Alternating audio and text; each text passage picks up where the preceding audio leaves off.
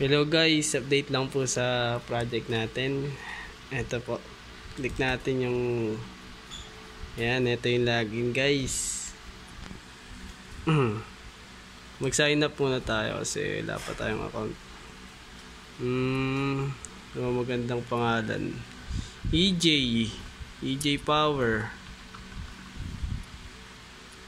Tas maglalagay tayo ng password na Sana all.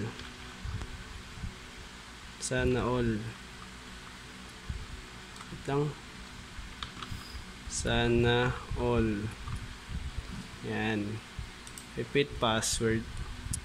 Sana all. Ayan. Pagka kulang yung try natin pindutin yung sign up. Uy, password na do not match. Okay mo. Mali daw. Kulang ata ng L. Ayan, sign up. Okay na par, may account na tayo. EJ Power. Tapos Sana all. Lagi na tayo guys. Welcome. Pero X muna natin. Ay, lagat. Pagka mali yung password na nilagay natin, otherwise is invalid username or password. Okay.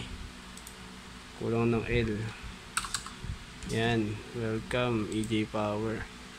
Eto. Naayos na to yung order tas yung product. Pero dito tayo mag-start sa order. Ayan, sa order natin, pansin nyo, hindi pwedeng pindutin yung complete order hanggat wala pa tayong order. Okay, papakita ko na lang sa inyo. Can I explain that? Start order, ayan. Tapos pag order tayo ng Coke, ayan, kiklik lang natin tapos select. Ayan. Kagaya nung nung ibang video ko, pag hindi tayo naglagay dito sa quantity, tapos chinek natin is please enter quantity. Tapos magre-read yung Okay.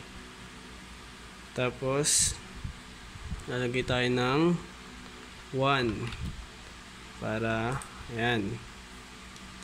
Tapos pagka naglagay naman tayo ng quantity nang wala tayong order, tapos chinek natin to, is lalabas is please choose order first. Tapos may lalabas siyang ganito, choose order first. Kaya order tayo ng Nova kasi walang walang pangbara. Yan, isa lang din, hindi naman ako timawa. Yan. Pagka ganyan nyari, tapos ka ng order, pwede kang pagkatapos ka ng order ko complete, pwede na natin i-click yung complete order kasi meron tayong laman, may laman na yung natin. Then complete order, lalabas ito, order complete, enjoy your meals. Okay. Tapos pag okay natin, pansin nyo may lumabas na print OR. Pag pinindot natin yan, makikita natin yung order natin. Ayan yung order natin. Official receipt. Ayan. Ito nyo ba yun? Ito yung order date, tas product name, tas category, price, and quantity. Ayan. Pag gusto nyo i-close, X lang natin yan. Ayan, may papakita pa ako sa inyo. Dito is pwede natin tong i-clear lahat para mapadali tayo pag mag-order tayo ng bago. Ito clear para ma-clear lahat. Yan, na-clear siya. Tapos meron pa tayo isa dito. Kunyari umorder ulit tayo. Wait lang sana huwag kayo magpadali. Tapos Nova ulit, isa lang. Yan, kunyari nadoble ng isa pang order mo.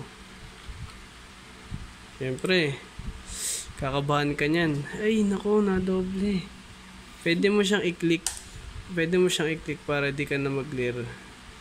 Para hindi mawala lahat. Pwede mo siyang i-delete. Tapos, pindutin mo to yung katabi ng check. Ayun yung delete. Diba? Ayos ba pare? Ayan. Okay na tayo dito. Na-explain ko na lahat. Then, dito tayo. Punta tayo sa home. Then, pagka naman sa product. Ayan. Ayan. Eto sa video. Napakita ko na rin yata to. Dito, pag magsi-search tayo is pwede nating ilagay yung drinks. Drinks. Pag nilagay mo yung drinks, puro drinks lang ilalabas dyan. Puro drinks lang. Kung ano lahat ng drinks natin na ilalabas. Tapos, pagka ang nilagay mo naman is meals, ang lalabas na dyan ay puro meals. Ayan. Kita nyo ba pre? Okay. Tapos ito naman yung pinindot ko kasi yung edit kaya minaba siya. Please select a product from the list. Okay. Magkiklik ko, kunyari yung Coke is gusto natin siyang i-update. Parang kunyari nagtaas ng presyo. Ayan.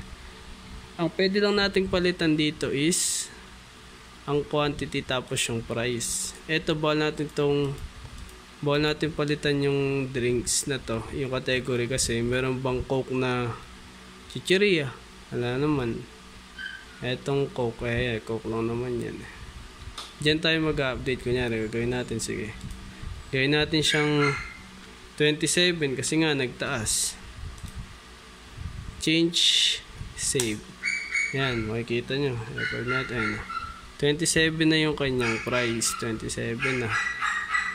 Tapos dito, pagka naman dito, okay, dito muna mag-add tayo. Mag-add muna tayo ng product. Kunyari, ang nalagay natin is Coke ulit. Coke Zero. Tapos ang category niya, syempre, is inalagay mo sa snack. Tapos ang quantity is kunyari 20 ang stock natin. Tapos ang price is 45. Mahal naman na ito. Save. Ayan o. Product added successfully. Okay. Ayun o. Bihira nyo. Ganun kabilis umano yun. Nakakagulat. Pagka kita nyo mali, pwede nyo namang X yan. Delete. Are you sure you want to delete this product? Yes or no? Siyempre yes tayo. Product delete successfully. Okay. Yan pa lang inaano. Tapos home dito. Ito nga yung next na gagawin, tas yung account. Hey. Ayun na yung next na gagawin yung account. Tapos inventory. Bye. Click the yellow button para lagi updated sa ating mga video. Ay.